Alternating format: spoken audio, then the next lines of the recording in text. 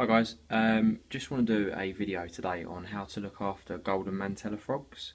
As far as I'm aware, there isn't anything else on YouTube telling you how to look after them. There's a few videos of watching them feed and watching them sing, which you just heard them do then, but not too much on how to look after them. So this video is designed for people looking to buy them or people that have got them and are not too sure about a few things. So I'm going to try and cover things like humidity, temperature, most importantly the setup that you've got. Because people will say that they're quite difficult frogs to look after, which they're not. If you get I'm just going to close this in case he jumps. Some people say they're difficult to look after, but if you get the setup right in the first place, they're very, very easy to look after. Just what I mentioned about him jumping out, if you're looking to buy these frogs and you want to handle them, don't bother. They are, if you look at one of them and you blink, you could miss it jump. They are so fast. And if you would try to handle them, they'd probably jump out of your hand and you'd lose them. And they're not cheap. They sort of range anywhere between 45 and £80 depending on what shop you go to. So they're not for handling, just on the basis that you could lose them. So I've got 3 in my tank. I think it's important first of all just to say that when you see some people making videos on YouTube of their tank saying, oh, this animal's easy to look after, and you see their tank and it looks really nice, etc. Sometimes it's because they've only had that tank for like 2 weeks, and it's very easy to say, oh yeah, they're easy to look after and look at how clean my tank or how nice the tank is after 2 weeks. I've kept Golden Mantellas now for about 4.5, 5 years. I have had some accidents on the way. One got into my waterfall and died, which wasn't really, well, it was my fault for putting in the waterfall that was too big, and one escaped. But other than that, I've kept very healthy frogs. I'll try and speed this video up a bit because I don't want it to be any longer than 15 minutes. So I just want to go first of all onto the setup. As I said, some people say they're very difficult to look after. If you've got the setup right in the first place, they're very, very easy. So mine are in an Exoterra tank. I've got the UV light at the top. Some people will say they don't need it, some people say they do.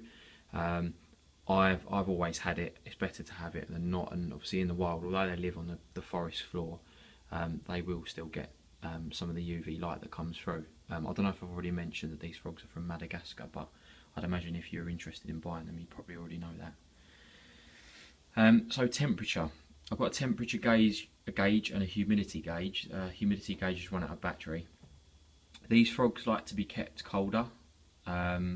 If you keep dart frogs, they'll need to be kept cooler than your dart frogs, and if you don't keep frogs at all, then don't try and sort of pick up any information from how to look after the dart frogs, because they're quite different. So the temperature needs to be anywhere between, well, an ideal temperature would be around about 20. At the moment mine's 22.8, which is fine. Don't let your tank get any hotter than 24 in the summer, and try not to let it get any colder than 14 in the winter. 14 is sort of on the low side, so really 15.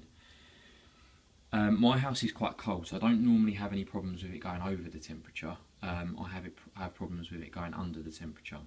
So my frogs have got a heat mat underneath the tank. It's not inside the tank, it's underneath, and it's on a thermostat. So if it goes under a certain temperature, it comes on, and it's just at the back of the tank as well.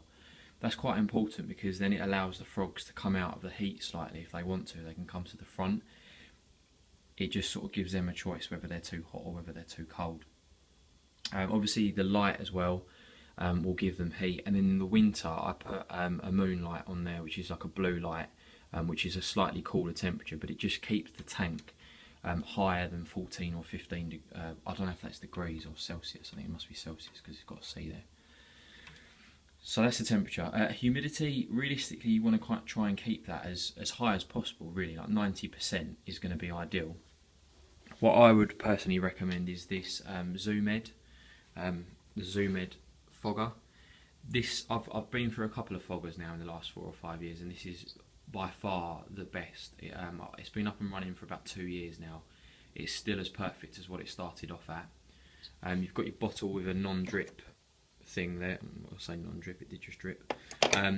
Pipe that runs into the top of my Exoterra tank, so it can be done. I've just cut a hole in the hood, and that comes on a few times a day.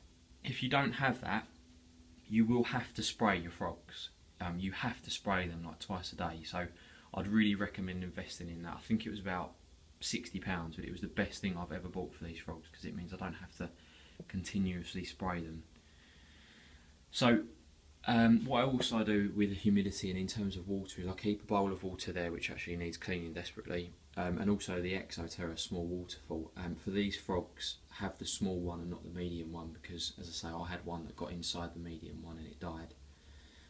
Keep it small. My pump isn't working, but if you've got the pump it just keeps the water in there and keeps the humidity up. Also, I will sometimes find the frogs in this dish as well. So make sure you keep a pot of water there because they do like to get in it. Just before I move on, just quickly, I've got 3 frogs in there. I started off with 2 Mantella in there. What you'll find is the more Mantella you have, it seems to be that they're slightly braver. In the wild they do, that they go around in groups. And ever since I've had 3, they've been a lot braver and they come out, you see them all the time. So I would advise getting at least 3 rather than 2.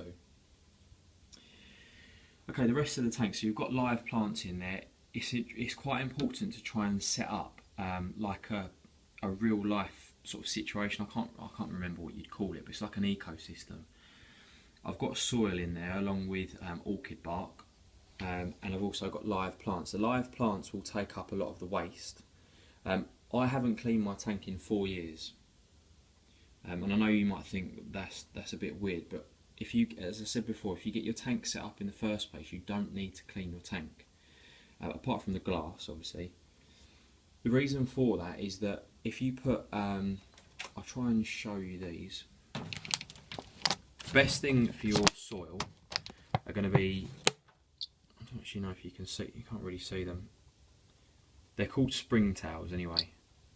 And they will basically eat any sort of mould and waste in your tank. So they basically clean the soil for you. I've also got some tropical woodlice in there, which are tiny little things, and I've also got some slightly bigger woodlice. Your frogs will eat the springtails and the woodlice, but for the most part, because you've got like an inch of substrate there, they'll hide in the soil and they'll really look after the soil for you. So in terms of feeding, when they're babies, ideally you want to sort of feed them, if not every day, most days when they're babies, and you just feed them a small amount. When they're adults, you can sort of get away with feeding them 2 to 3 times a week, and at least once a week you want to give your frogs calcium powder as well.